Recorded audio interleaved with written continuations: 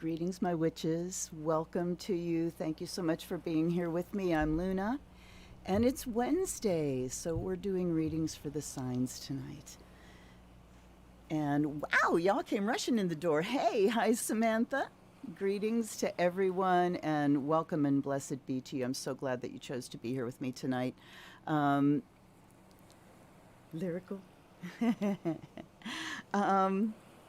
If you're new here, we do readings for the signs. I use various tools, Oracle and Tarot decks. I invite you to pay attention and claim the messages for your sun, your moon, your rising sign. But more than that, I invite you to just claim the messages that resonate with you. Claim the ones that give you that, oh, okay, where you hear something that you were thirsty for. Entertainment purposes only, actually spiritual purposes only, and entertaining. I hope I can entertain you. Hello, Stephanie. Hello, Marcy. Welcome, welcome. Hello, Sheila. So glad to see you guys here. So glad. I apologize for 2 weekends of no prayer circle. My body. That's all that I can say. Yeah, it's allergy season, and my immune system is having a party on me. So anyhow, I'm very, very happy to be here tonight, and I have a couple of interesting decks, and I can't wait to see how these work. And hello, Patricia, welcome. If they work well together, I may just use them again next Wednesday, because next Wednesday is equinox. It's Mabon. We are on the holiday. Sun goes into Libra at, I think it's early on in the day. Hold on. Now that I've managed to bury my calendar, I just looked at this before I hit the go button, so, you know.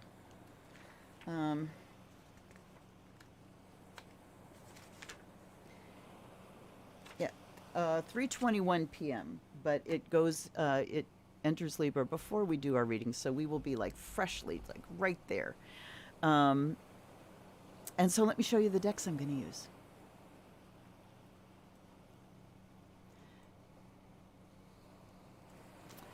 We have the Dark Moon Oracle, Dark Mirror. I have gotten this wrong so many times, you guys. I went to write something down, and I was like, the Black Moon, the Dark Moon, I just couldn't get it. It's the Dark Mirror Oracle by Laura Sava, or Sava. And then the other one is the Light Seers Tarot, and this is by Chris Ann. This was a gift from my viewer Ann Klein, who gifted me with Annette Klein, gifted me with so many wonderful decks. So blessings to you, Annette. I haven't seen you in a while. I bless your name every time I use one of my gifts. Okay, welcome. If you're new, come in, check in, say hi, join the group. So yeah, thoughts going through today. I have some people close to me that are going through some just lots of transition and crisis, and crisis denotes rough times, something bad. I'm in a crisis, but crisis really means something's just hitting a changing point. It's a turning point. A crisis is a turning point where something has changed or something needs to change, or you're going through changes. Crisis says a lot of times, there are crises like, acts of God and severe events of nature. Please let me find words tonight. We're in the shadow of a retro, not there yet, but my words are already sludgy. Hello, Becca. Hello, Laura. Yay, I'm so glad that you're here. But when we're in crisis, and when it's an externally imposed crisis, we have to adapt, and we have to figure out how we're going to move through it and take care of our own needs and things like that. But we can go through internal crises as well, where our beliefs come into question, our illusions become apparent. You know, our illusions can get yanked out from under us, and suddenly we're left with a world that seems strange to us. And then we have to adapt. We have to change. We have to deal with it in some way, right? So it seems that over this year and a half of pandemic now, and I mean coming up on 2 years from when it started in China, uh, we have been everything's been compressed. I've talked to you about this before. It feels like because we don't have all of our normal distractions going for us running out, but and even our distractions bring with them risk and stress. Should I do this? Are people going to be wearing masks? Who's vaccinated? Oh shit, are they sick? You know, all that stuff was added, and a lot of our natural outlets were removed. So we got pushed in on ourselves and pushed into our relationships on a more intense level. And it's it has put some things into stark contrast. And also, you know, when we're confronted with mortality, for crying out loud, do you sense the theme of the harvest coming up? Do you sense this time of year coming up? Samhain time of year.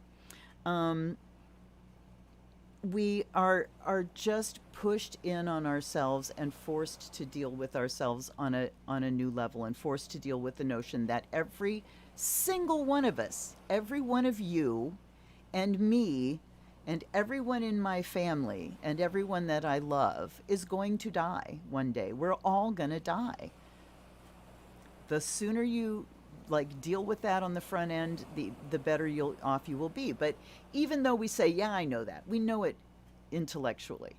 But when we're confronted with it, when we are confronted with the risk, I saw a thing now, that it was one in 500, 1 in 500 Americans has died of COVID.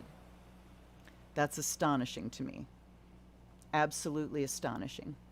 So we've been confronted with it and we're reacting to it in varying ways. But one of the things that happens is it kicks up our shit. You know, we are, and we're presented with these unknowns. You know, am I ever going to get it? How well does the vaccine work? Why, you know, there's all these unknowns when things go up into the air, and so we tend to fill that void whenever, you know, nature abhors a vacuum, right? Whenever we're confronted with a void, whenever we're confronted with a blank, we happily fill it with all our shit and then go, oh my God, my worst fears are coming true. So, you know, we project. So tonight, what I was moved to do, and boy, these things came to me like just quickly, is to look into the dark mirror and then go to the light seers. And so we'll take one card from each for the signs and see maybe what we're dealing with or what is coming up to be acknowledged, confronted, accepted, and then the light seer's way out. I know I have this deck mixed with reverses in it, but I don't think I'm going to read reverses from this tonight, so I'll flip everything upright. And we will start with our Astrodice, as usual. So please smack that like button if you're coming in. I see some of you have already. Thank you so much. And the subscribe button if you haven't done that, and make sure you hit the bell so you know when I put out announcements and things. Also, so you know, I do still have a Patreon account. I had to scale it way back to just basic support. If you feel so moved to support my channel and my work as a priestess at the most basic level, feel free to join my Patreon. It's $3 a month for basic support, and I bless you and I thank you for it. May your generosity return to you threefold, at the very least. All right, here we go. Hello, Sherry.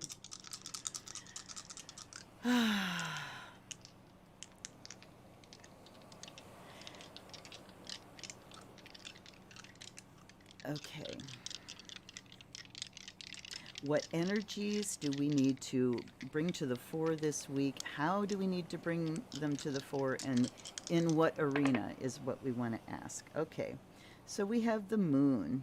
Moon is in Capricorn tonight, which is really a good thing to confront kind of the icky side of things. You know, Capricorn does tend towards the negative, especially with the moon there, the negative feelings, to kind of restricting ourselves emotionally, to placing conditions on our feelings and judgments on our feelings.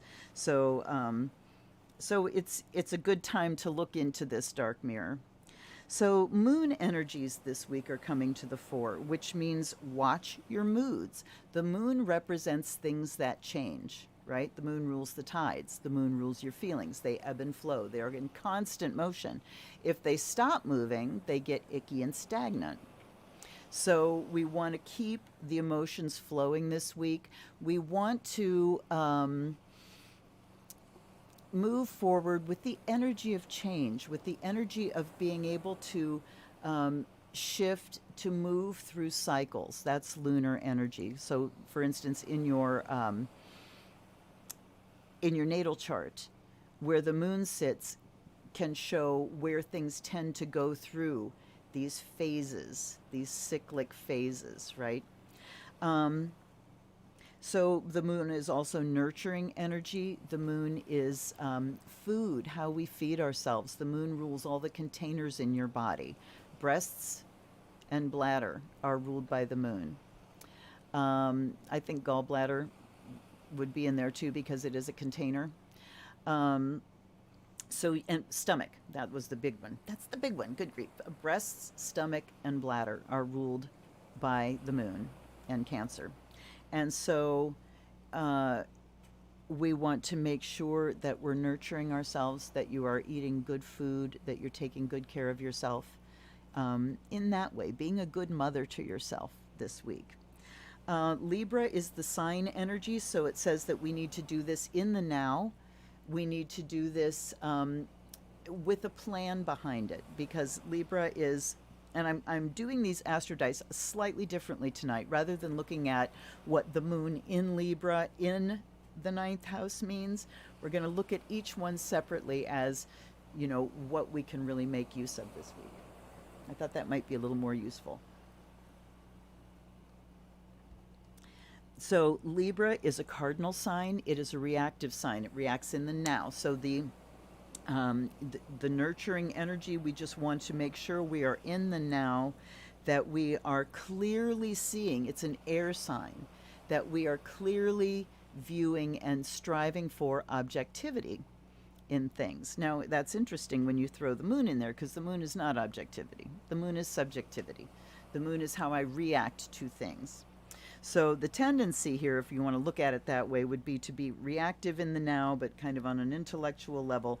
But what I'm saying here is this week, let's focus on the moon's energy, being a good mother to yourself, caring for yourself, drinking a lot of water. And Libra saying, let's bring those energies of the social graces are ruled by Libra. Negotiation is ruled by Libra. So the ability to engage in a balanced, pleasing, sweet way, all the Venus keywords there, and to be able to be in the now with that engagement with someone, being able to listen at least as much as we talk. And keep things in balance that way, and in balance socially. The ninth house is in focus this week. The ninth house is all about your philosophies and your spirituality. What do you believe? Are you practicing it? Answer, no, from me. Having a hard time. And if you fall off that wagon, it's okay. Get back on. You know, sometimes things that go through cycles and phases. Right? There are times when you can be on your spiritual practice and feeling good, and then the wheel turns and you're on the downslide again and you can't seem to do it. It's where I'm at right now. My body is just going, you know? And so I have to take good care of her and listen when she says sitting up is making me sweat, and I have to go, you know, hit the recliner. So being in the moment, keeping things in balance. Ninth house, your beliefs, your philosophies, your spirituality, what you do with them. You know, take them out and give them a good shake every once in a while. Take your philosophies out, revisit them, books that you read way back that were pivotal in you forming your belief system, go back and revisit those. How have you evolved? You know, so looking at things like that. It also rules long distance, mass media, anything that is adventure and beyond where we came from. So this could talk about expansion. Higher education comes into focus. I think what I might say, just ninth house alone, is it would be a good week to expand your philosophies a little bit, to read something really good. And Laura, I want to tell you, I finished it, and several days ago, and oh, it's so good. Laura sent me this book, Confessions of a Pagan Nun, by Kate Horsley, and it was amazing. It was an amazing book. I love the way it's written, with the premise of these scrolls were actually found. This book and this diary were actually found and have been translated, and it rang my bell so many times, and I will read it again. So thank you so much, Laura. And I highly recommend it to you too. So yeah, ninth house, just take your beliefs out, give them a good airing, question them. Question them. Everything should stand up to questioning. If it doesn't stand up to questioning, then it shouldn't probably be part of your belief system, right? Or it's time to change. It's time to shift it a little bit. So anyway, there we go with those. Let's get it going. I've got my smoky quartz here and my record keeper stone there.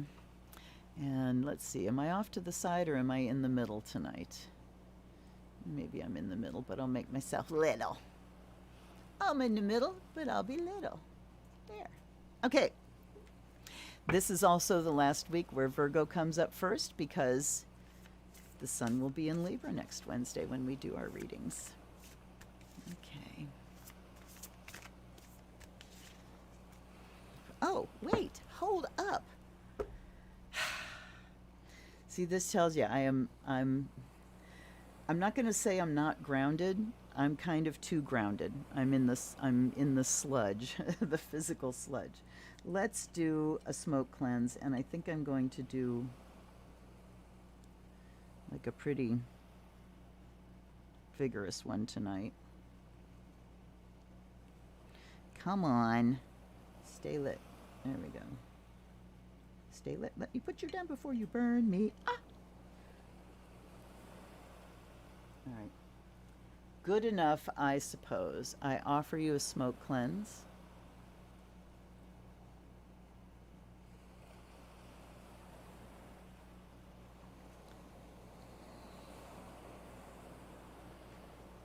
Hold up.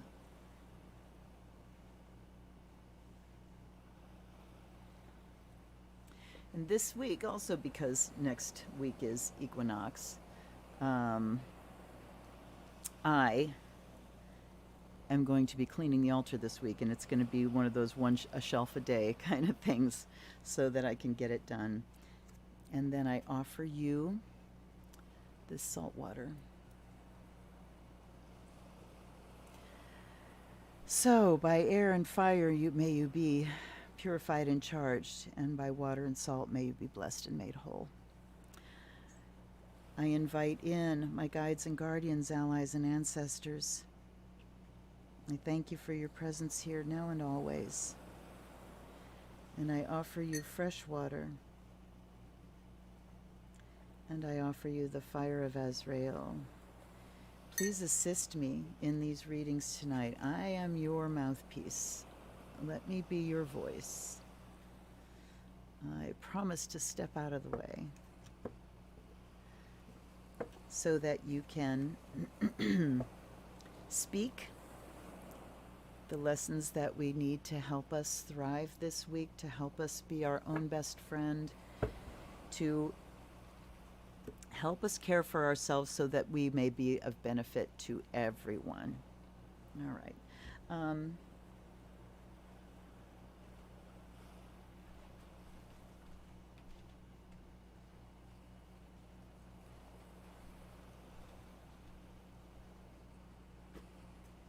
See, I get up to walk across the room. I feel like my pockets are full of rocks. Okay, let's do a bell. Let's do a grounding first. Sorry, you guys. You see I'm all over the place, right? But it's okay. All right. Everybody, come on down in your body. Come on down out of your head, down into your body. Feel your skin all the way down. And let's just imagine that at the base of your spine there's like a plug in the bathtub, and you pull that plug and allow everything that you do not need in your energy field to drain down into the earth. And as it drains down, you feel the root grow down and anchor into the earth, but let it open up and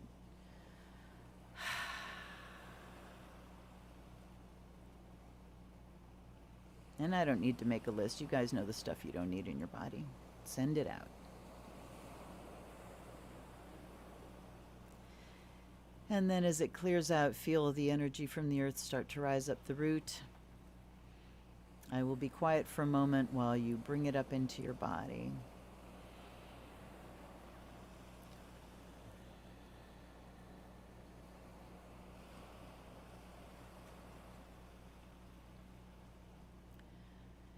And just let it feel rushing. Speaking English I am. Let it fill up your body. Let it move and swirl around every part of your body. And let your breath all the way out. Take in a nice deep breath and pull that energy up. Fill up your body. Hold the energy. And another big inhale. Brighter, brighter. All the way up to the top of your head, but release only the breath. And a third breath.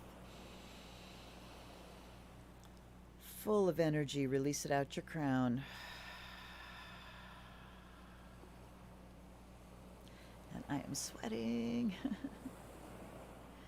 Let it come down around you. And just be gentle with it. This is the evening egg. If you're watching, if it's evening where you are. Let that light come down around you, sink into the ground and hug your root. And then I'm going to open up the crown and let the cosmic energy pour in. And Lloyd, I feel you, my dude Lloyd in the East. He's my guide in the East. And he, when I get in the car and put on the iPod, I'll just put it on shuffle and say, you know, you're driving, Lloyd. And he was on it today. Oh my God, he was on it. We were listening to Miyavi, my favorite guitarist, and like 3 songs in a row were songs about rain, and it was beautifully raining and cool today, so he was awesome. All right, and let's have a bell to just clear all the crap out before we start.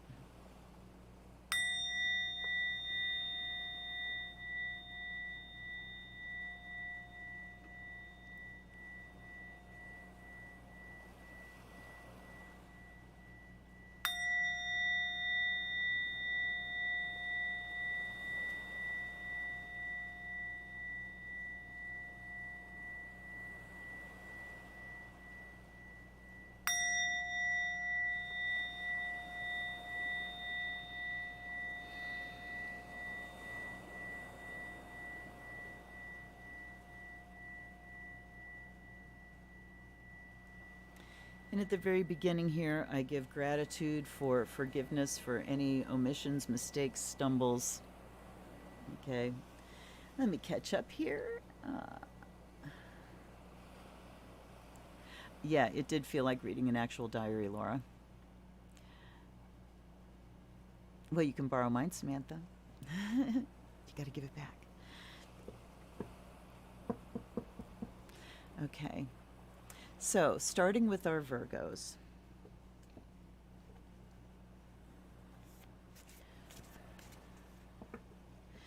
What does Virgo need to look at in the dark mirror tonight? Artificial heart. Ooh, okay. We're going to take these one at a time, and I am going to look up because I do not have this deck memorized. Okay.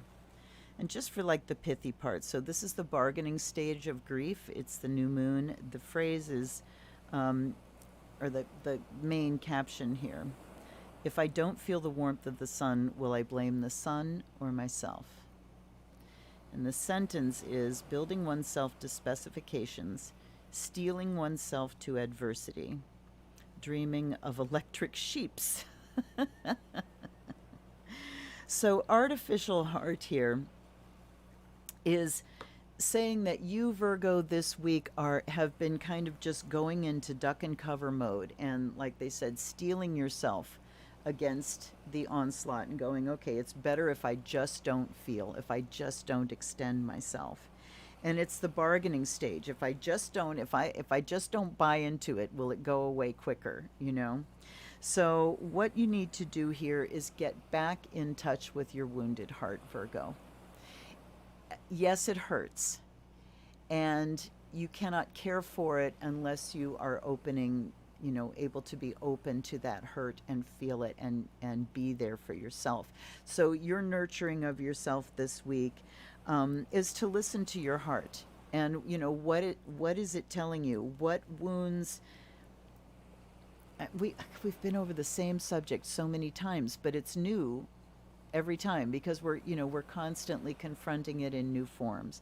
So just for this week, Virgo, allow yourself to exhale and soften so you can feel really where your heart is. And what I suspect is it's not going to be as bad as you think it is. The feeling that I'm getting is you're thinking, oh my God, this is going to be awful. But you have to acknowledge, I had a talk with someone this morning about this, you have to acknowledge that you have been working along the way. You have been doing your work. You wouldn't be here listening to readings if you weren't open to information and going after, what do I need to do right now? What's the best course? Tell me what I need to know. So I think what this is saying is you're not a cold-hearted bitch, and you're not going to find as much pain and trauma sitting there as you think you may. Or if there is that much trauma, you're stronger than you think you are. And you do have the ability to go there, to witness it, to observe it. Think about when I'm doing like the guided meditations and things. You can put in whatever conditions you need to put in, and you can say, I can observe this. I don't need to feel it necessarily. I don't need to dive into whole trauma in order to acknowledge what's there, observe what's there, and help myself. So this week, Virgo, just, let's see what the light seers. Oh, dear. Well, we have the Magician. A little clump flew out, but I'm only going to take the one that was face up. Okay. And that's the Magician card. And this does acknowledge your skills. It says you certainly can't. Look at the power flowing from the hands here. Look at the power flowing.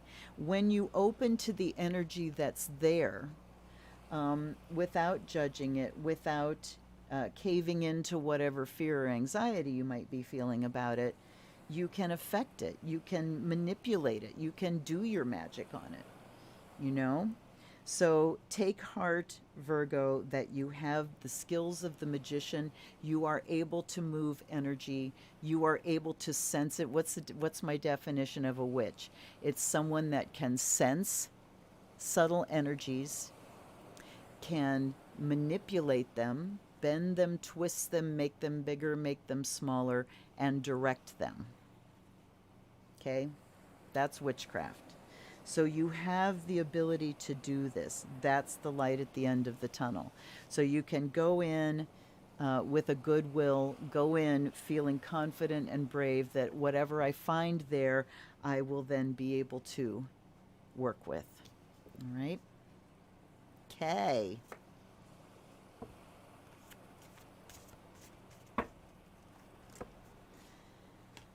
Libra.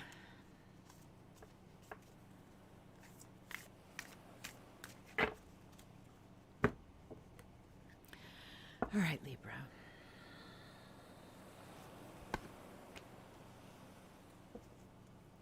We have fated to suffer.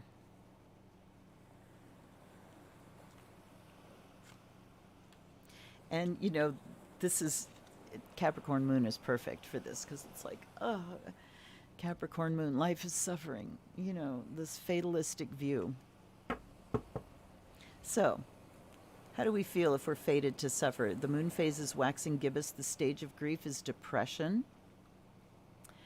Feeling confined into a script, forced by other, and never really fought. Heading toward a destination of pain. Okay.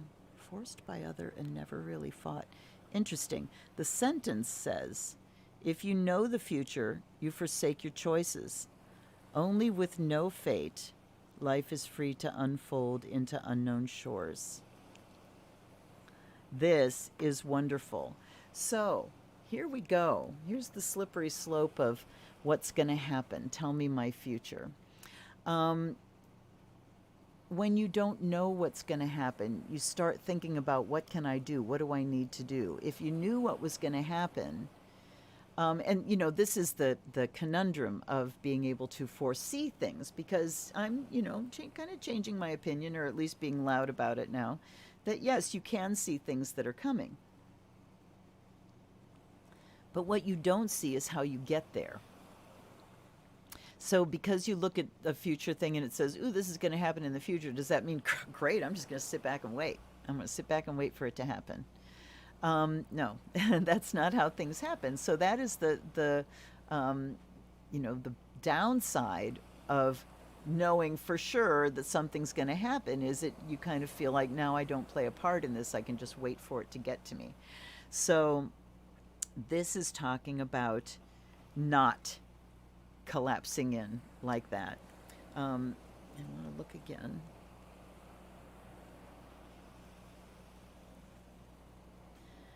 Okay.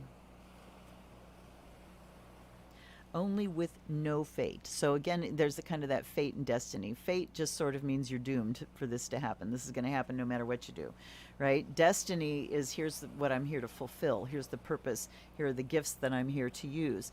But without that fatalistic view of fate, same root, you know, word root, we are able to look ahead and say, what would I like to happen? What do I want to bring in the future? What am I looking forward to? And then take an active part in that. So the fated to suffer thing of just, you know, it's going to come no matter what. I caught myself the other day going, you know, I think at some point we're all going to get this COVID one way or another. And I kind of, and then it's like, fuck no, you know, I'm going to do whatever I can not to. So anyway, this is what you're wrestling with this week, Libra, is this idea that fate exists and things are going to happen whether you know, with or without your input, and we want to see where we go with that. All right, we are not doing reverses tonight. Seven of Cups. So this is the weighing out of decisions here. Look at him. He's the, you know, looking at all the different cups and going, is it? So this is what we get when we don't have this, you know, I'm fated to suffer. This is going to happen, you know, no matter what I do. This gives us the choice.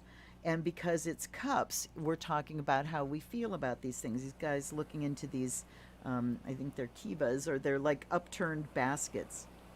And little ladders, snakes and ladders. And there's water flowing and a dragon's wing, and he's weighing and balancing and considering. So this week, Libra, time to consider your choices based on how you feel, and remind yourself, if you fall into the fated thing, remind yourself that no, that I do have a choice in every moment. Here are the things that I can choose, and one of the first things that you can choose this week is how you want to feel in each moment, you know, and work at shifting your feelings, choosing your feelings. You can do it. You really can. You can shift things. It's a really good practice to you know, to do guided meditation when you're doing spell work. And generally when we're doing spell work, what we're going to be bringing up emotionally, energy-wise, because you have to infuse your spell with emotional energy, right? And the emotional energy that we tend to use with spell work, since we're going for an outcome, is how's it going to feel when it's completed? And usually it's like satisfied, happy, successful, you know, in love, and all this kind of stuff. And so it's a really good thing to do some exercises where you practice generating specific emotions. You can draw on past events, past peak experiences, and the emotions that you felt during those. Tony Robinson has an amazing video on YouTube. He does this emotional flooding technique. And I think if you just search Tony Robinson emotional flooding on YouTube, you'll find it. Worth doing. Give it a try. Okay, Libra. I am going on tonight. I do go on. All right. Scorpio. What is Scorpio's dark mirror? The triumph of lies. Ooh.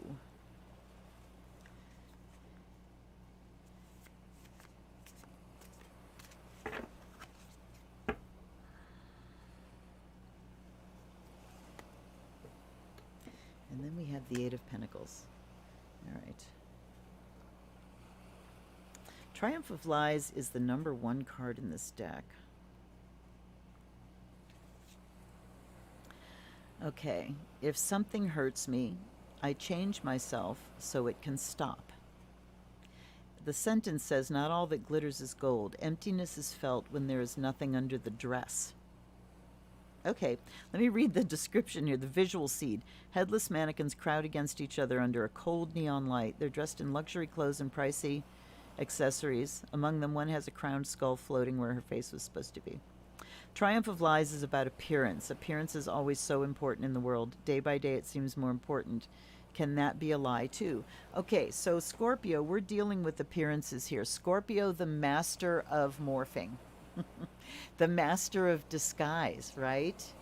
The master of being a chameleon-like, projecting whatever they want, throwing a glamour, you know, charisma. That's Scorpio. So we need to really look at here how important appearances have become, because there's something here where we're focusing on the appearance of something rather than the substance of it, rather than the truth of it. So maybe it's time to peek behind the veil this week, Scorpio, to question appearances.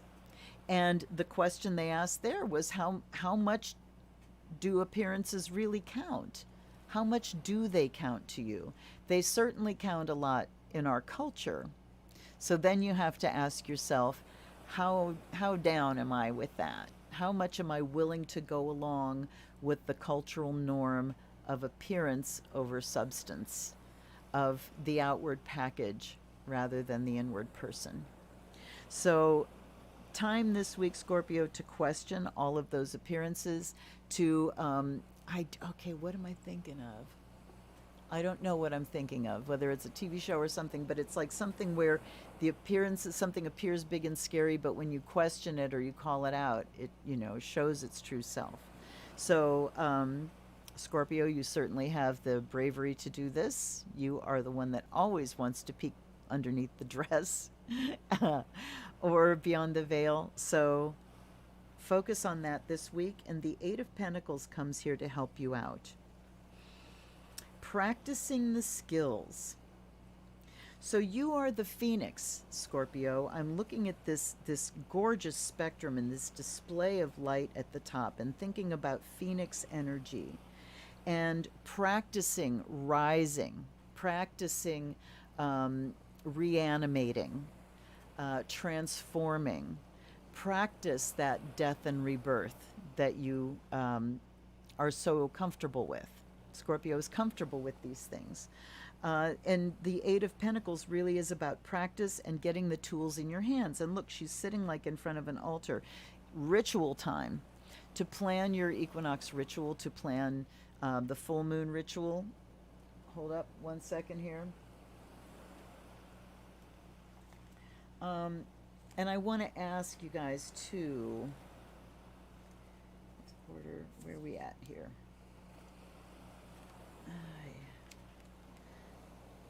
Okay, so full moon is on Monday the 20th. Let me ask you something. This is an aside in the middle of Scorpio here. Um, I don't seem to get that many hits on my new and full moon chart readings. So I would like to know what you guys think about those. And should I continue doing them? Is there something more that you'd like to know? Just let me know your opinion on those. So, anyway, Scorpio, it's practice time this week. It's ritual time. It's time to get the tools in your hands and look at where you are feeling like you have to present a face that is not your true face in order to survive in a situation. If it's a survival situation, do what you have to do. If it is maybe question, is this really a survival situation, you know? And really especially question if you're thinking, if I show my true face, they will not value me anymore. Time to confront imposter syndrome. Okay.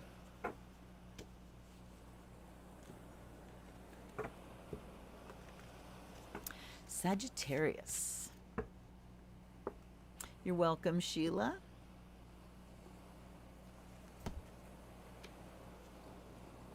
The temple of my body.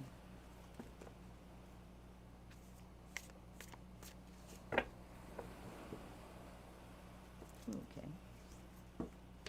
Strength. All right. Temple of my body is the number 2 card. 1, 2. It's the depression stage. First quarter moon. I feel I am not worth enough. The sentence is, my body is the temple of my soul. It has no secrets to me. Card is about the darkness in the body. Culture can make us take distance from what is our corporeality. Corporality? So many religions and customs, for instance, demonize sex in many different ways, lacing it with guilt as an assassin could lace food with poison. Okay, the temple of my body. Time to look this week, Sagittarius, at where you might feel that your body has betrayed you. Where you might feel that even angry at your body or disgust towards your own body. Any negative feelings that you have towards them, and I mean, we're all prone. We all deal with this, particularly as women. Sat down in front of the camera tonight and went, ooh, I can tell I'm all bloated. You know, I've got a fucking set of Samsonite under my eyes. And so I'm like, oh, I'm like, stop it. I'm sorry, honey, you're beautiful. I love you, you know? So Sagittarius, look at where you've got negativity coming up around your very body. Is it because you're aging and things just aren't the way they used to be? I don't know, however it's not backing you up, however you're feeling that your body does not measure up to your standards, society's standards, time to really take a look at those emotions that are being inwardly directed. And the Strength card comes up. And it says it's time to show some love and some tenderness and some gentleness. Time to acknowledge, your scars and your lumps and bumps as the story of your life. These are the story of your life. This is the map to that story. I always had a fantasy ritual in my mind of a sky-clad ritual where we would all stand up and show our scars and our sags and our puckers, you know? Here's the surgery I had, and then here was my experience with that. Here's, all the stretch marks from giving birth to my children. And just really tell the story of our bodies in a sacred and loving way. So this week, Sagittarius, maybe give that a shot. Gentleness, love, stamina. Look at what your body's gotten you through. It's gotten you through every single fucking day so far, right? Every day. Pay particular attention to your feet, the unsung heroes of our day. We get so focused on the hands and the opposable thumbs, but without our feet, we wouldn't get very far, right? So, give them blessings. And it's not about loving your body into a different form. It's about loving the form that it's in now. loving the form that it's in now, and, you know, taming whatever feelings kick up about it, and taming them with love, with acceptance. Okay, that's how you feel. I get it. I get it, sister. It's okay. You know, we've been through this before. We'll get through it again. Alrighty. That's Sag. I see you've got some answers coming through. You are welcome, welcome, welcome, everybody. Welcome. Well, okay, let's see. I dig the new and full moon readings. Yep. All right, good. Okay, so I will get a video up tomorrow for new and full. I mean, for the full. God, I can't think. My body is just sweating, but it's okay. You know, I'm sitting here and it's like, yes, this is the feeling of sweating. I'm sweating out toxins. I am purging. And part of it is because I've got a candle lit tonight and I've got the charcoal lit. And so, to make sure that that charcoal is doing something more than just making me sweat, let's put on our Isis incense. This is 6 different resins and it's heavenly. Okay. Capricorn.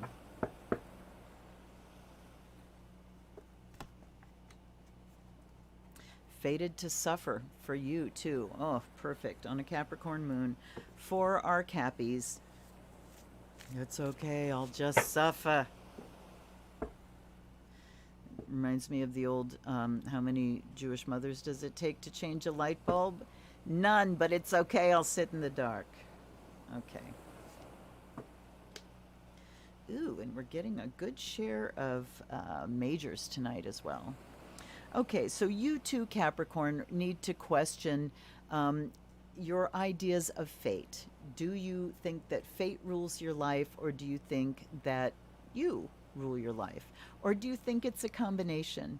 Again, to me, destiny is in your circle of influence. Fate is outside the circle of influence. So we need to keep those two things in balance. Fate is the shit that you have no control over, you know? Doesn't mean it's unavoidable. It just means you don't have any control over it. Inside is destiny. I have control over fulfilling my destiny.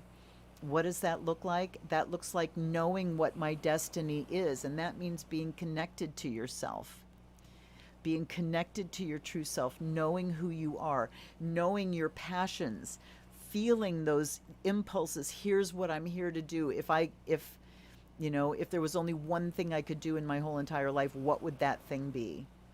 You know, if I had let go of everything and could only reclaim one thing, what would it be? You know, what makes me feel when I'm on my deathbed? Here's a great exercise. You want to do that fatal thing? You want to indulge in that Capricornian fatal energy? Okay, well, let's do it. Imagine your funeral. Visualize your funeral. And here are all the people there, and they are standing up to talk about you. What do you want to hear them say? What do you want people to be saying about you after you're gone? And that has the ring of destiny in it. And I'm thinking about Babe, the movie Babe, those little ideas that tickle and nag and won't let you go are the seeds of destiny. And then we have the Judgment card here. And then if we're looking at fated to suffer, okay, so the Judgment card says your tool this week is looking at what you really can let go of. Okay. Sorry, I just got a big lung full of resin. It smells delicious, but I have to back up a little bit. I love seeing the smoke on camera, though. I think it looks pretty cool. All right. So the Judgment card says it's time to look at what is ripe for transforming, what really does need to crash and burn. Which of your fatalistic attitudes or opinions about things can be transformed? Bring them out and look at them. Where do you just have, oh God, I've just got this dread that I know this is going to turn out the worst possible way? Pull that out and look at it. Question it. Is that really true? How can I transform that? Or how can I use that? How can I turn that to my advantage? Judgment is all about transformation, death and rebirth, letting something fall away and then letting something else be reborn from the energy that you've retrieved, from the thing that you've let go. All right? So, yes, that's where you're at this week, Capricorn.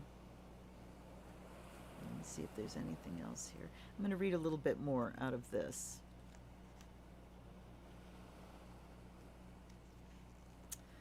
Okay. Once upon a time, we believed in fairy tales. They were the voice of common sense, the educational tool which prepared us to duty, danger, and morals. Some things we would never accept if they were told by a single voice, so the world arranges us to hear them with 1,000 voices, 1,000,000 voices. It's about what you can do and what you can't do. What are you worth? What can you aspire to? It's about what you like, what you want, what you hold dear. It creates a script which becomes as strong as all the voices that believe that script combined, so much that you cannot see another path. So that's destiny there. So we're transforming here fate, the idea of fate, into the action of destiny. Okay? Hey, Amy. Hello, welcome, sweetheart. I'm so glad you're here. All right.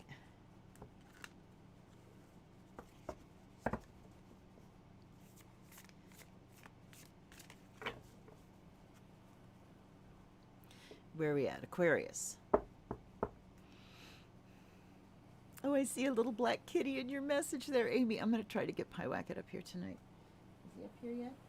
Pyewacket! Bye-bye. People, come and visit. Such a good boy.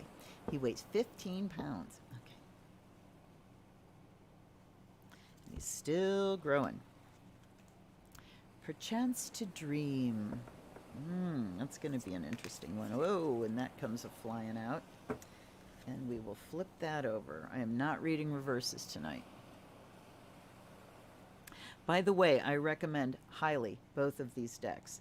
The Dark Mirror is unique at this point for a deck that really addresses the stages of grief and the dark times that we go through. And the Light Seers, when you look at the cards, they each have an upright light Seers meaning, and then the reverse is, what do they call it? Oh.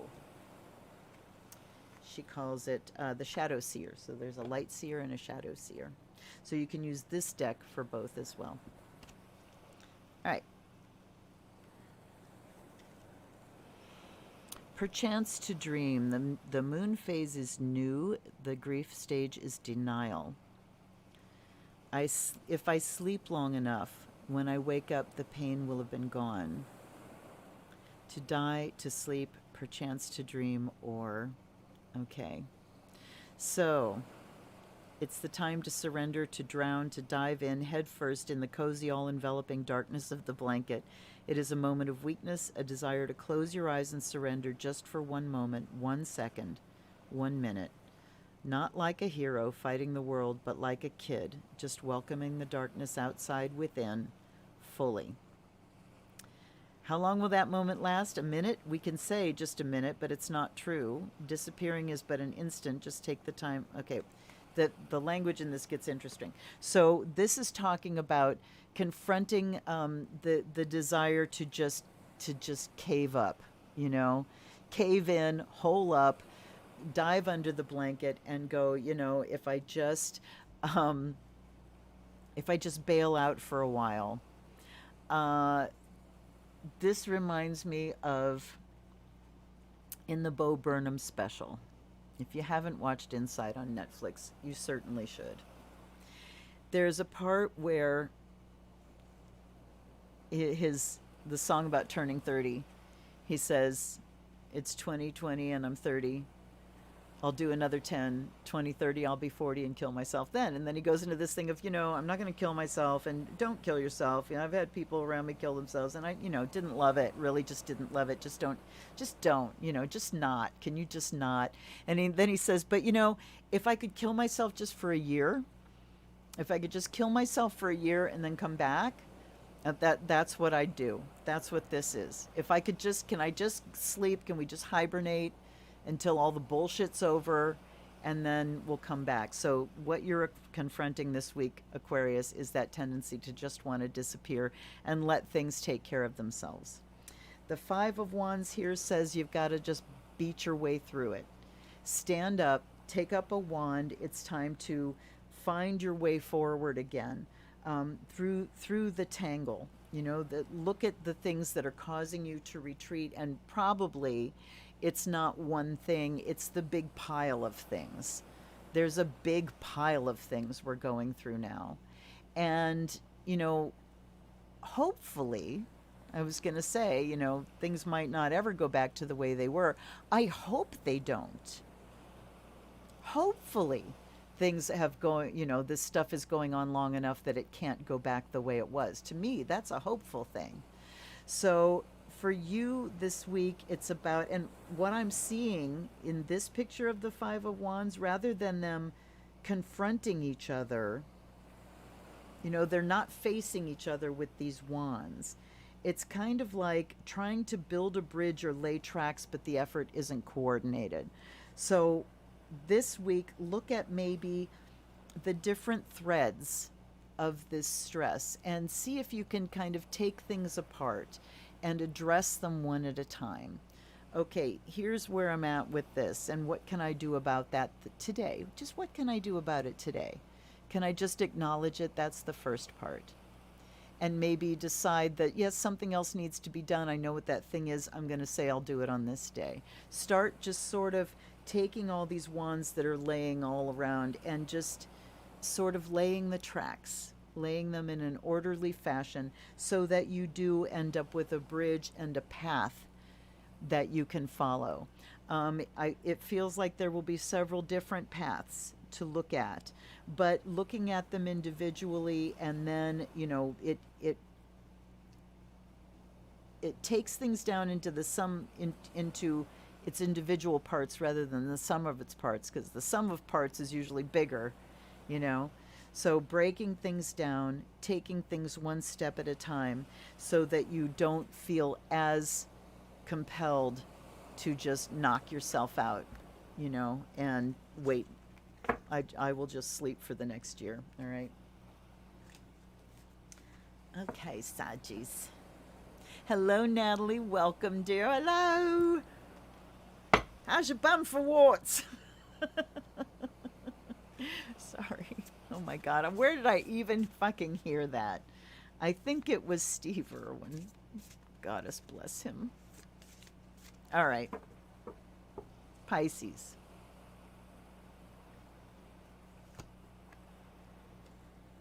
And I pray that things are going well in Australia. I know that you guys were having some big COVID issues and stuff, and most especially, I pray that you guys get vaccines, that you can get vaccinated, and I would dearly, dearly love to visit you guys someday. I really would. But my prayers are with you. So for Pisces, calling the storm. Oh.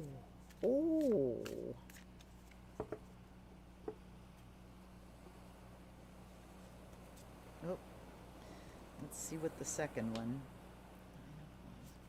All right, two really, really, really wanted to come out. So Pisces, you get two.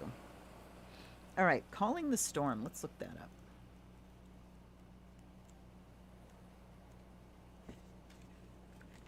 All right. Nope. Okay.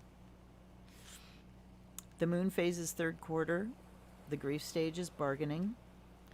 Power comes not from the inside, but from connection and integration to a greater whole. That's a great Pisces message. Pull and release, push to the limit. The I is the only peaceful place that can be. There is time to find and release our power, like a spring that had been compressed to the point it has lost the memory of motion and movement. Yet there is power inside it. Finding it is called empowerment. It starts from the belief in our power, in our ability to cope, to fight, to endure, to overcome a challenge. However, too often we're encouraged to see empowerment as something that happens only within, in our psychological space. We're not necessarily islands. We can borrow the power of the world around, the context, the environment, the expectations. We do not control the storm, we just call it. To call the storm, we need not to fear it, and this is what will make us strong. After the storm, there's always the sun. So if the sky has been gray for too long, it's time not to fear the storm, but to embrace it. It will grow up and devour our chains and our jailers, and it will hurt us as well. But it will be healthier than just stare at the chilly rain. We can start only after we let ourselves end. Wow. Okay. So calling the storm, Pisces, says that there's definitely a wad of emotional energy that needs to get expressed, that needs to blow through. Okay. The storm is building rather than waiting for it to come in and sweep you. Call it in and feel it. Move that emotional energy through. This is the kind of time where, I know the other day I was saying, I feel like I need a big cry, but I couldn't get to it. Still haven't gotten to it, as a matter of fact. And my moon is Pisces, so I'm listening to this message as well. Watch something that's going to make you cry. Listen to something that's going to make you cry. Like really, really cry. And get it out of your system. Call the storm.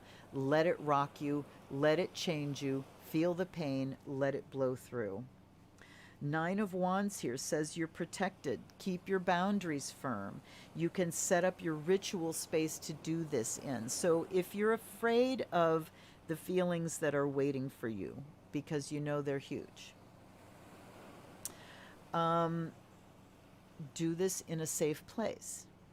If you are lucky enough to have access to counseling and you have a good counselor that you trust, that is your safe space. That's one of your safe spaces. And there is no safer space for you to be in than ritual space, than your own circle. And if you have someone that you do ritual with, that you trust, that you have that level of intimacy with, bring them in too, so you can even feel safer. If there's someone you can trust to witness your process and to not get in the way of it, just to be there, let you feel and embrace that with you, so much the better. But 9 of Wands says, yes, doing this in a protected space. And look at the circle on the world here. We definitely need a sacred circle going on this week for you, Pisces. Full moon and or equinox. You can do them both at the same time or separate. But it's saying that there is so much energy available to you, so much emotional energy available. You know, it takes more energy to hold back emotion than it does to feel it. It's the truth. So possibly this has gotten to storm level because we have been holding it back. And now it just really needs to go. Okay? Go for it. You can come to a place of completion through this. Keep yourself in a safe place. Keep your boundaries firm. But get some of the work done this week, Pisces. Doesn't have to be all the work. Just the work that's presenting itself now. All right. I like that message too, Laura. Very, very, I mean, this deck is just fabulous. Okay. Aries. Fated to suffer. There's our theme card for the night. This is the 3rd time. I'm going to read more on it. I think I might have read it all. All right. That was quick and easy. Okay. Fated to suffer, Aries, we're just sort of ruminating on things. Grinding, I would say. You know, gnawing like a piece of rawhide. Okay.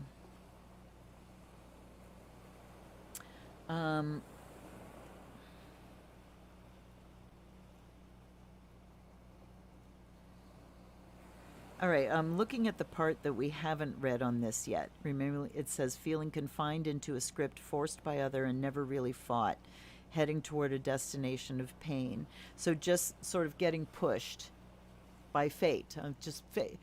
There's nothing I can do about it. It's just the way things are, and they suck, and I hate it. And Aries. So, time to question that. Are you truly seeing Snow White in the card? Is this story truly the only one that this image can tell? There's a woman, there's a person with an apple. What if the apple is not poisoned? What if the witch is not evil? Is that the same?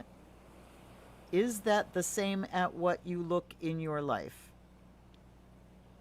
Not English as a first language. Okay. Is it truly what you think it is? Are there not any other options? Is the opinion of others honestly better than ours, even if they are many and we are only one? Are you fated to suffer? It is not that there is no suffering in the world. The point is that there is no fate. The connotation of fate is that you can't do anything about it, that you can't avoid it. The only thing we can't avoid is death, you guys. So, okay, I'm glad I make good Aries sounds. You know, I was raised by one. So, and I married 2 of them. Okay, 4 of Cups is your saving card here, but 4 of Cups says that we're just kind of tapped out emotionally. So Aries, I think that the negative swing that things are taking is just because you're exhausted, because you're emotionally kind of tapped out. So for you, I think, you know, maybe doing just fucking off to a lake somewhere and sitting by the water, sitting next to a fire. Fire is your element, Aries. Time to have a fire. You think? I think. So, and I'm going to look up this card in this deck. We haven't looked up any of hers. All right, the Light Seer says missing opportunities for abundance, a time to meditate, frustration and boredom, being a brat, not appreciating what you have, apathy, introspection, stability leading to boredom. Oh God, what was I just saying? That I think I'd rather have things be a little, no, what was it? Talking about being bored. God, I forget. It came out of my own mouth and I can't even remember. If you're finding yourself bored, unsatisfied, or frustrated with your current situation, that's the fated, the suffering. Yeah, you know, I'm frustrated. There's nothing I can do about it. Know that you are likely missing the vibrant landscapes that are present just beyond your peripheral vision.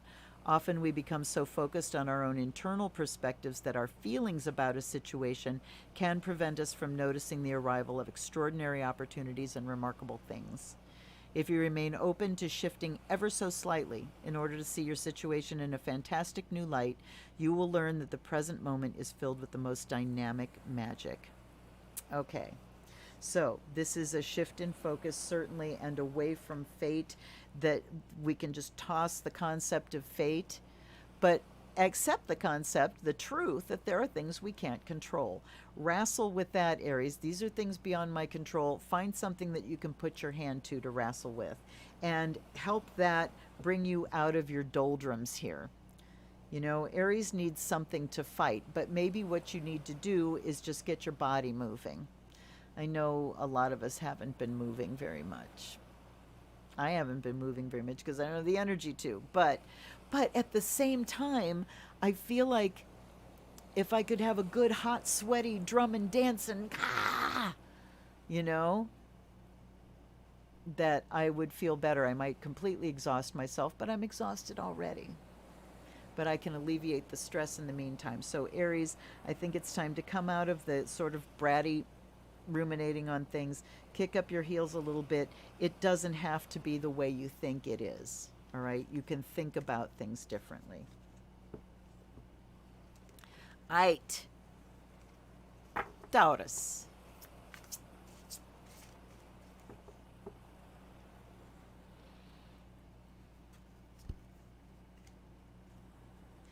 Envious gluttony. Ooh. Ooh. Envious gluttony for Taurus.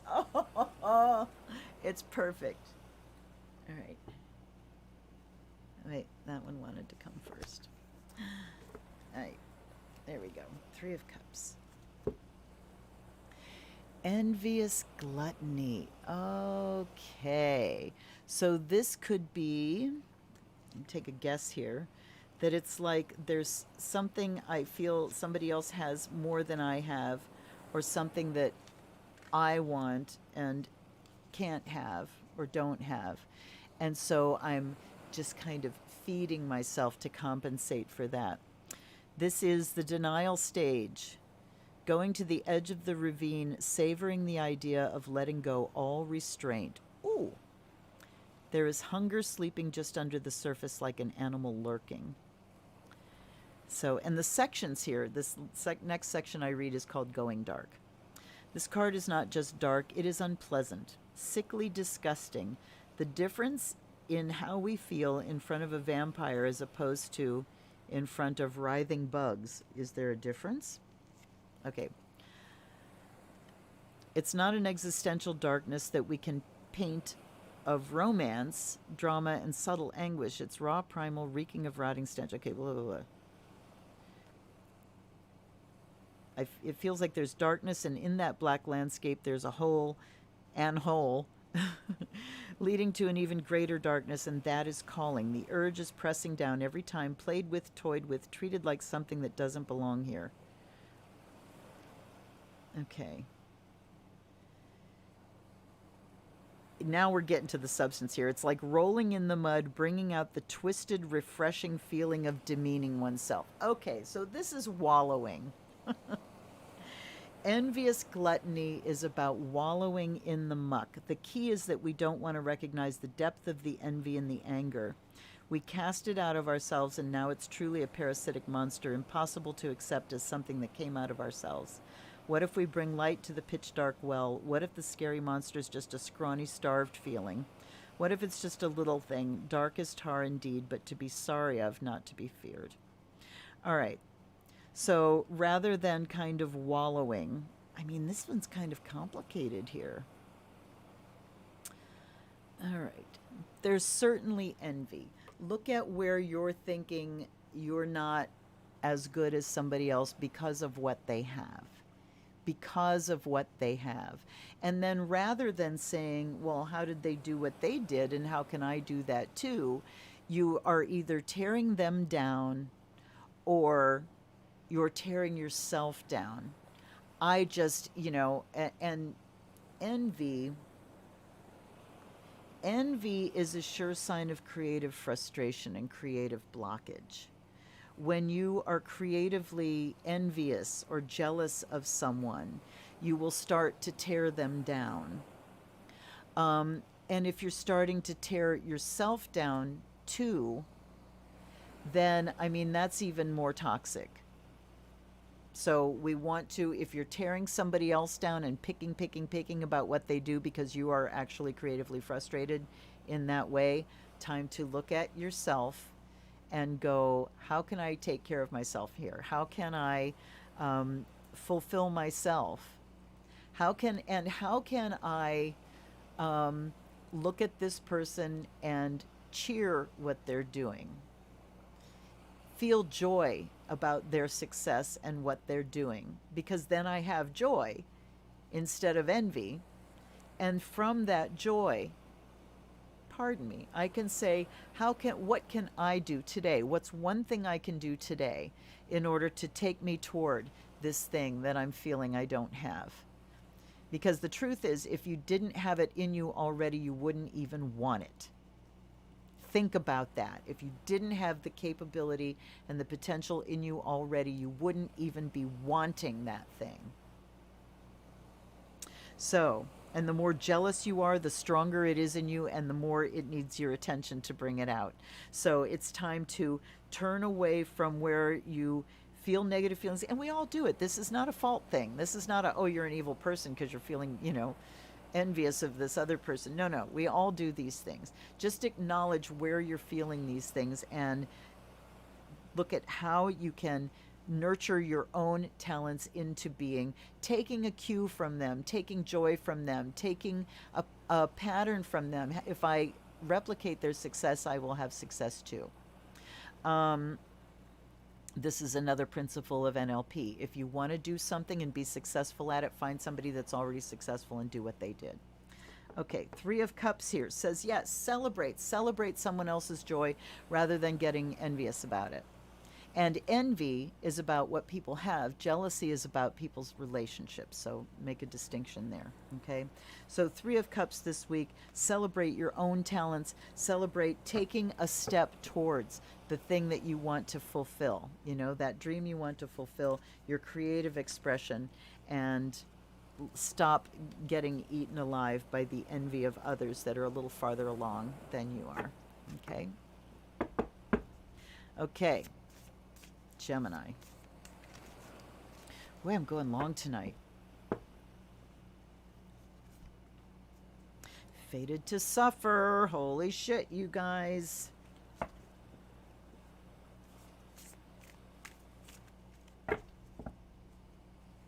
That's 4 now. We have the Hanged Man. Okay, Gemini. So, taking a new perspective. I mean, this has been the general message every time this card has come out, is a new perspective of fate.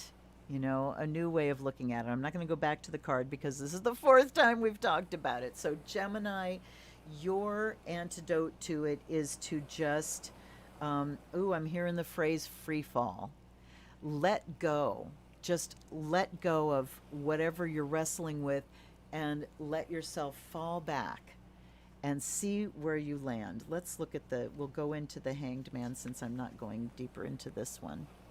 Light Seer is surrendering to the will of the cosmos, an intentional pause, reflection, letting go, embracing the new, realigning with your heart and purpose, new wisdom found, spiritual teachings, sacrifice, and enlightenment. Flow with it, it says. Yes, flow. Throw your arms open. Think about when you're in the water. And, you know, when people can't swim or they're drowning and, you know, they're fighting the water, fighting and struggling.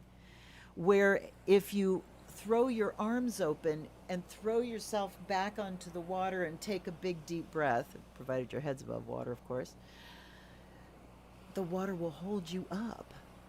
It will hold you up. So this is where you just let yourself go back and let the universe bear you up for a while. Let it all go. Okay. Divine wisdom spills forth in moments of deep flow, and the Hanged Man is offering you the chance to look at something from a completely different perspective. When you let go of that thing that's got you stuck, you will make space for new insights and vantages to shift into place.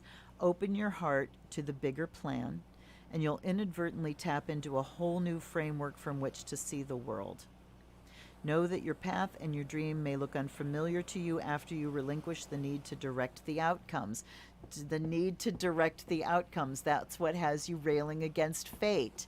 Because there are some outcomes you can't direct. There are some things you can't control. So you get back to what I can control and the outcome that I want centered with me. What's my role in it? What am I going to be doing to get there? How will I feel when I have created this thing for myself? All right, but you let go of those outcomes that you're viewing as fate. And the little verse, I forget about these little verses. I lean into my inner world of limitless miracles, surrendering to the divine will of the cosmos. Gemini, let it go. And, you know, this is telling me, too, this is part of the collective consciousness right now, is the whole, we're just fated to suffer and go through this. Well, you know, pandemic-wise, we're kind of fated to go through this because of the things we've done on the planet, you know? So, all right. Cancer. Triumph of lies. That's another repeat. So talking about appearances there, Cancer. And let's see what the pair is. Let's see what the pairing is, like it's a wine. The Queen of Cups. That's you, Cancer. All right. Look at that. The triumph of lies again, talking about getting caught up in appearances. But look what the Queen of Cups is doing. She says, I'm looking deeper. I'm going to close my eyes to the outward appearances and I'm going to sink into my body and I'm going to feel, what does this situation feel like? What is the truth of it? And if you're looking outwardly, you know, if you're looking at your outward manifestation of your own body and having negative feelings around that, then it is time to close your eyes again. Feel the form of your spirit, you know, feel who you are in your etheric body, in your energy body, your physical body. I mean, this is an energy body too. It's just very dense energy. But this is the body that we look at all the time. This is the outward appearance that we look at. And instead of looking at that, particularly if you're finding negative messages, negative thoughts and feelings coming up over your physical appearance, then close your eyes and really see your etheric body, your body perfected, you know, your energy body. And when you can really fortify that vision of your energy body, that can go out before you. It can be a shield for you. It can be a glamour. And it can also, as you practice this, start to change how you view your own body, seeing your spirit rather than, you know, the finite physical part of it and all the details of that physical part. Okay, I'm going to look at messages here. Wow. All right. Synchronicity. Yep. Okay, Natalie. Letting it go, letting go with the flow. Right on. Good. I'm glad. I'm glad that resonated with you. So Cancer, again, look at the card. Here's my energy body, and I strengthen that energy body. So doing meditation this week, doing something where you really are visualizing yourself and strengthening the energy body so that it can then strengthen the physical body, and so that your image of your energy body is even stronger than the finite image of the physical body. I hope that makes sense. I hope that makes sense to you. But we just need to get ourselves beyond appearances and the judgments that we have of those appearances. Okay? All right.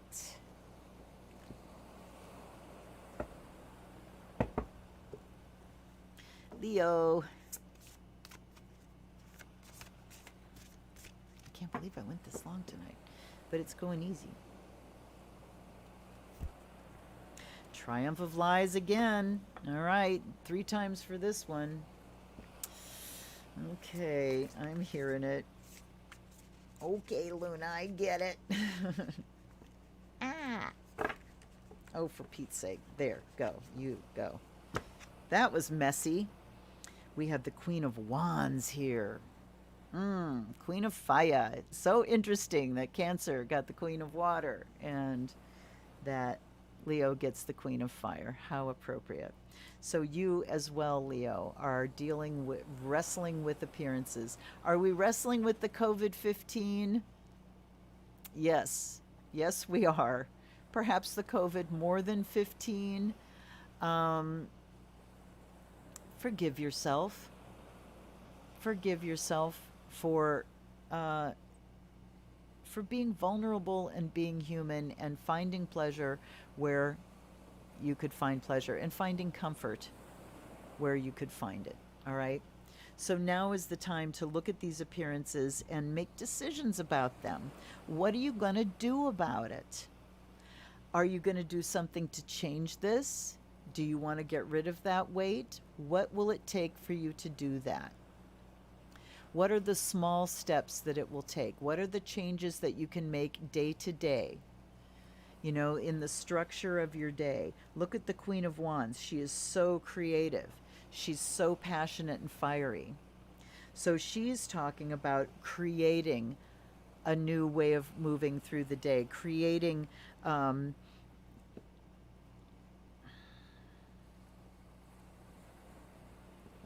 Let's look her up. Hold on. All right. Queen of Wands. Creativity, passion, determination, confidence, joy, bold expression, helping others as you build your queendom power. You are capable and fierce. It's time to root into your purpose and boldly step into the limelight of your life. The Queen of Wands radiates creativity and passion wherever she goes, and when she enters a room, her exuberant charisma and confidence are palpable. Don't be afraid to be the center of attention, and for God's sake, stop acting small in order to make those around you more comfortable. Her thing is here, I fill my world with an intense light that connects and incites passions. So what I'm feeling for you this week, Leo, is whatever judgments you're having about your own body, fuck it. Just tell those judgments to fuck right off. Beyond that, if there are other things where appearances are getting in the way of sincere connection, that it's time to kind of burn past whatever is blocking there. So externally, if there's an appearance of something that maybe you're making an assumption about because of the way it looks, it's time to sort of bust through that and connect and see what comes through beyond those appearances. What kind of connection comes through beyond that. Okay? That's what I got for you. And this is so viral. This is like Epstein-Barr stuff going on here. I'm sweating. Going to make myself time tea when I'm done. Okay. Yes, Leo and Cancer are queens. Holla. Holla, my queens. Okay. Rising sign is Leo. Both signs can. Yep, it does. Absolutely balanced. All right, Virgo. Last one. No. That was the last one. Leo was the last one because I started with Virgo. Holy moly. Okay. Wow. That one snuck up on me. All right. We are going to do a reading for the collective, as I do. And I think I'm going to use the light seers on this one. It's going to go for my Robin Wood, but I think the light seers needs another run here. Okay. And I'm going to go with, they want me to set that one aside. Okay, what do we need to do this week? Give us a reading for the collective. What are we focusing on? What do we need to know in order to move ourselves forward in positivity, in creativity, in balance, in authenticity? All right.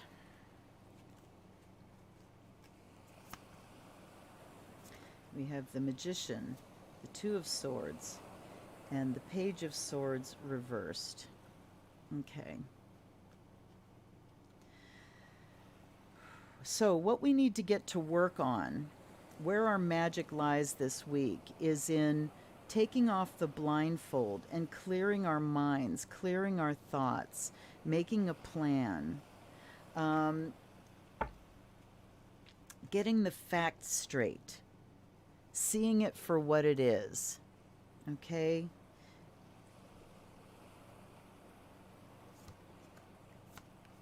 Let's go here. Temperance is in the middle.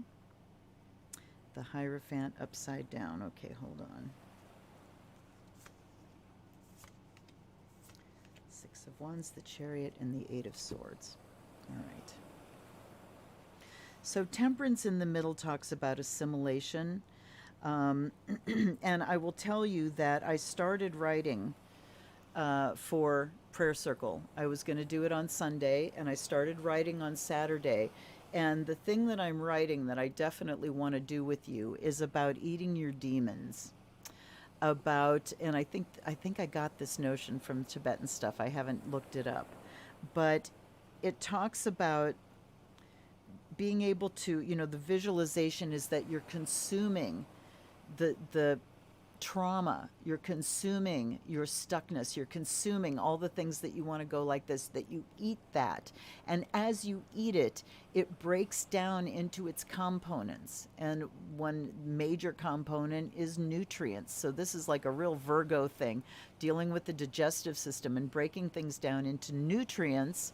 So you look at your trauma, your story, and Temperance says, I break things down and then I can take the nutrition into myself, the lessons learned from the story.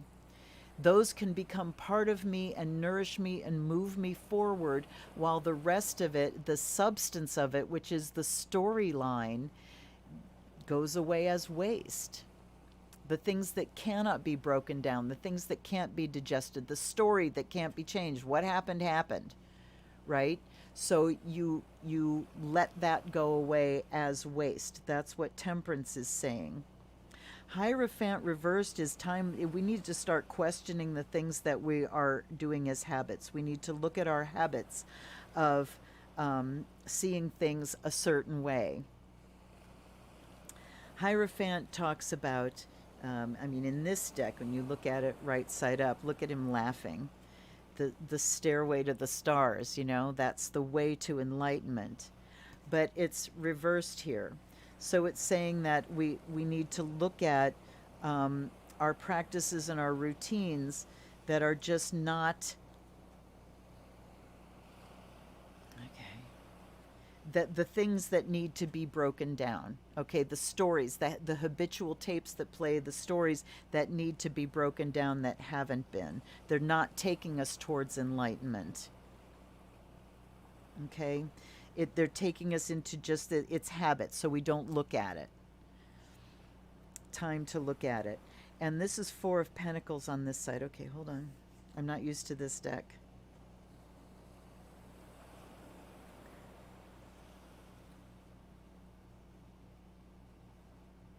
She's looking very internal here and very precious.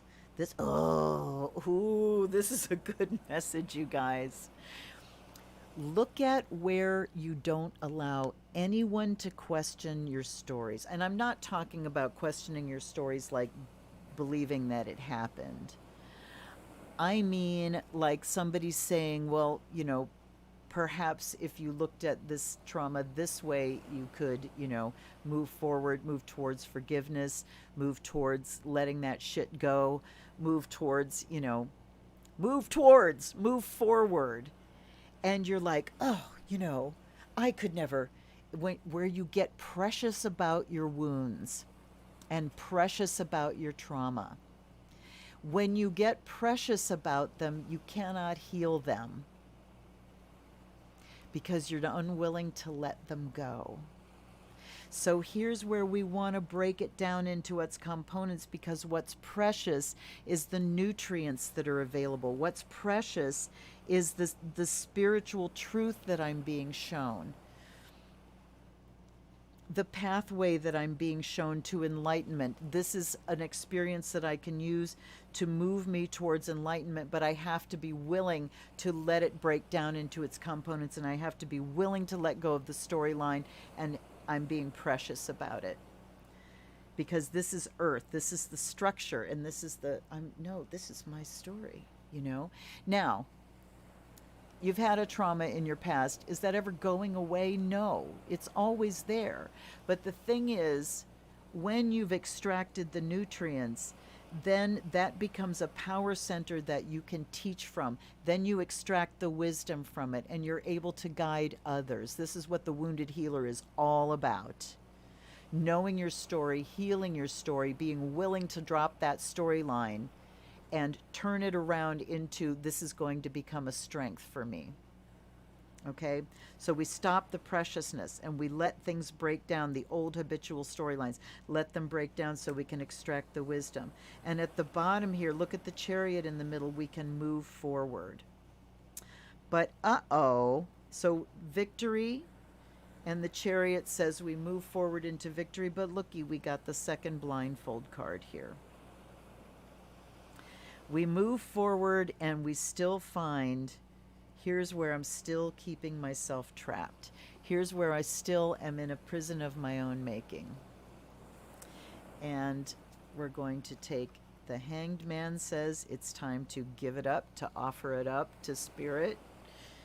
It's time to go, okay, I really am willing to let go of this storyline.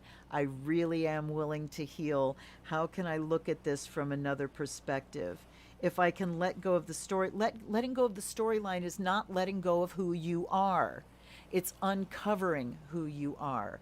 It is not defining yourself by that storyline anymore. The storyline in your trauma is not your identity. It is not who you are. It is what happened to you. And being willing to eat those demons is helping to extract the real you from that storyline. All right? And here was the one on the bottom of the deck that it wanted me to pull, and it's King of Wands, but it's King of Wands reverse. Let's look him up.